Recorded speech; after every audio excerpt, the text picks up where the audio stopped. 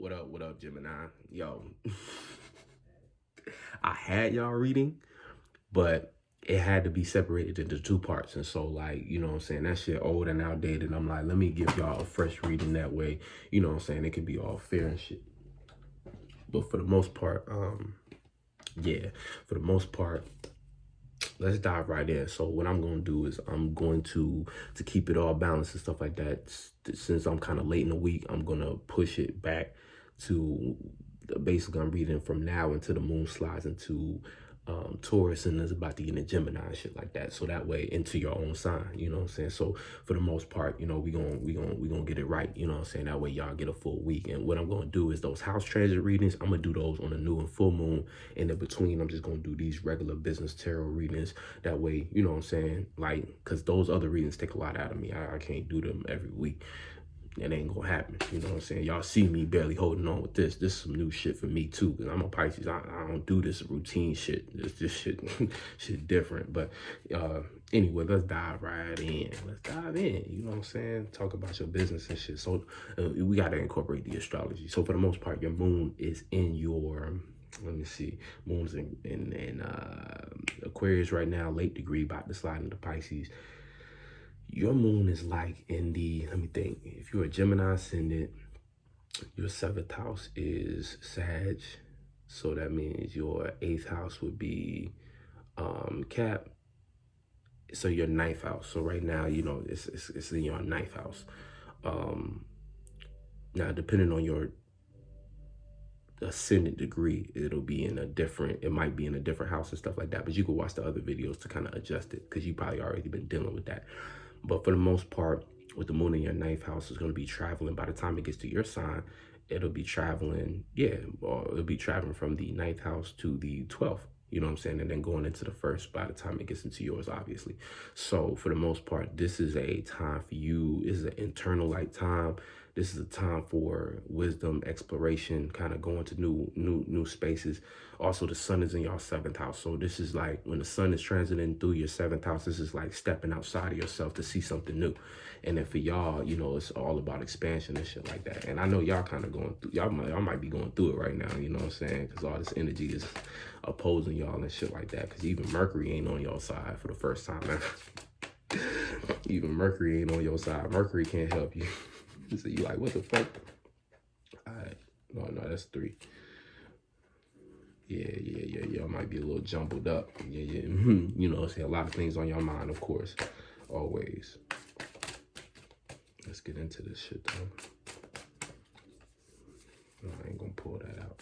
I'm gonna let it fall. I'm gonna let it tell me what the fuck it wanna do.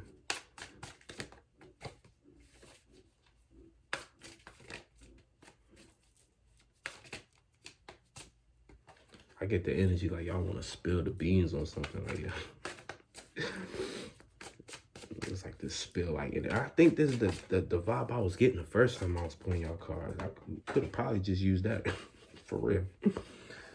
This can't fly nothing. Starting point. So this is what you need to value. The first card is the 2nd house principle, which you need to value. So you need to value your mental starting point. Air of earth. I said air of earth. A of air. So this is the A is representing the starting point, and the air, of course, is communication. So this is you being in yourself. So I feel like even with the moon trining y'all right now, it's like what's on your mind and valuing your starting point mentally. So maybe y'all are thinking clearly. Maybe. We're going to see what the 2nd card says as far as what you need to criticize. And then it's going to make more sense for all of us. For all y'all. Me too, because I'm reading it.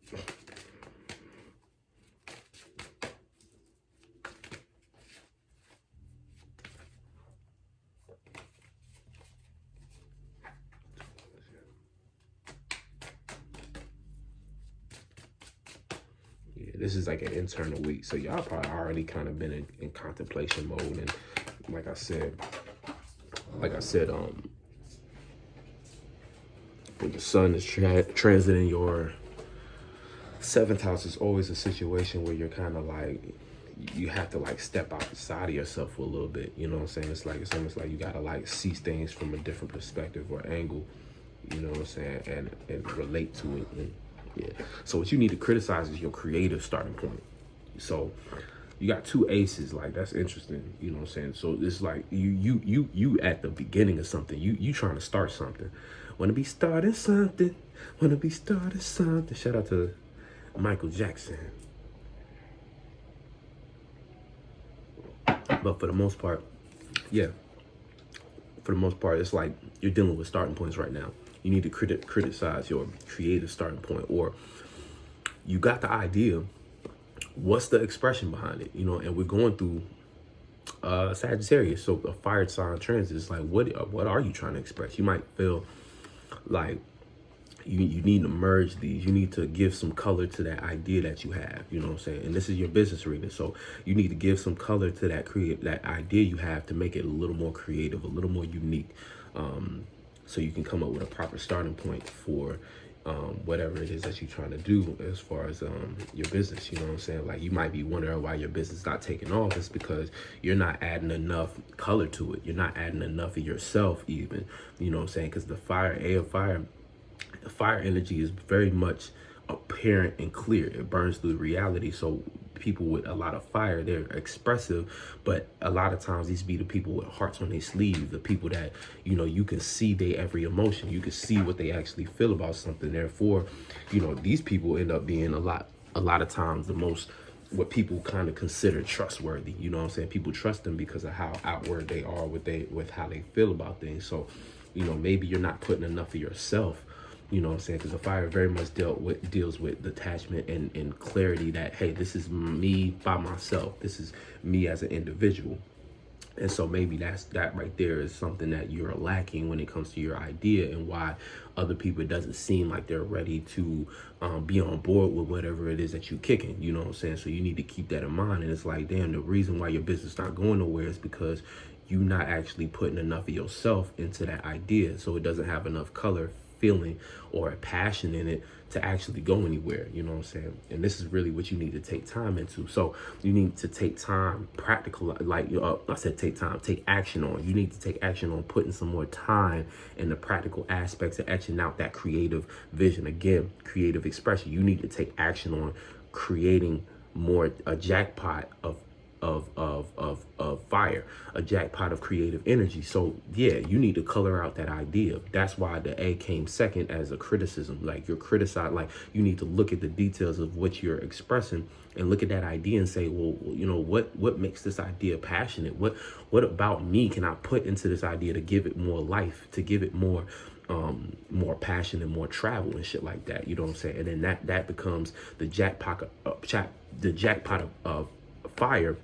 You need to spend time practically putting more passion into that idea. That way, that idea can be a proper starting point, and then you can start to combine and blend these to where now you have a powerful, well, if you blend these, this regular idea becomes a jackpot of fire that you can now spend time practicalizing. And whenever you put the 8 energy towards creative expression, you get to create that. Like, this is the perfect combination for business. This is like that entrepreneurial energy where you took something creative and you took the time to practicalize it. Now you turn it into a fireplace where it can stand on its own. You know what I'm saying? It can stand the test of time.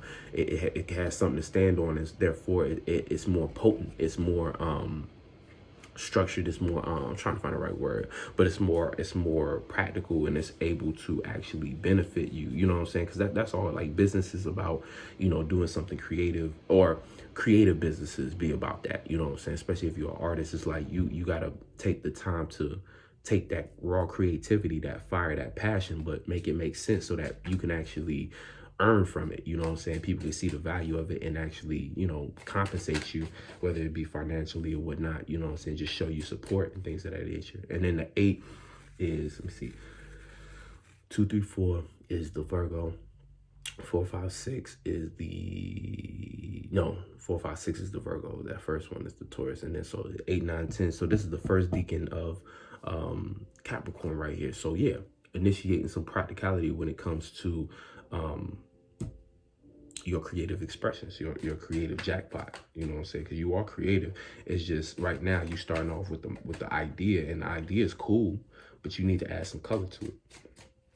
And so, like, let's get the outcome. So Yeah, the outcome is like this grand support when it comes to people communicating about this idea that you had.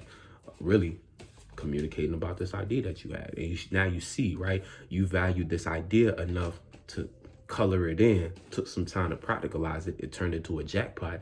And now other people are talking about it, and they're willing to support it with their mind and their ideas. And like I said, your moon is going through your ninth, and it's sliding all the way up into your first, you know what I'm saying, by the end of this transit and shit like that, by the end of Taurus. So for the most part, it's like as you're traveling from the ninth to, let's say, the 12th, right? This is you taking your wisdom and knowledge, and you might have just an idea about it. You know what I'm saying? Because this, you know, your ninth house is the air. So you just got an idea about it. But now that you might have gotten some inspiration, insight, or enlightenment, now it's time to color that out so that by the time you get to your dreams, right? By the time you get to the space where you're dealing with your dreams, and then think about it, on the full moon, that's when it hits your sign. So when it hits your sign, your full moon is going to be all involved about what it is that you're going to receive as far as communication. If you're not doing nothing, if this isn't, you didn't take the time to practicalize this, and this ain't comfortable, this is going to be a lot less. A lot of people are going to be willing to spread your idea or communicate about what it is that you got going on, because it's like it's not, I want to say it's not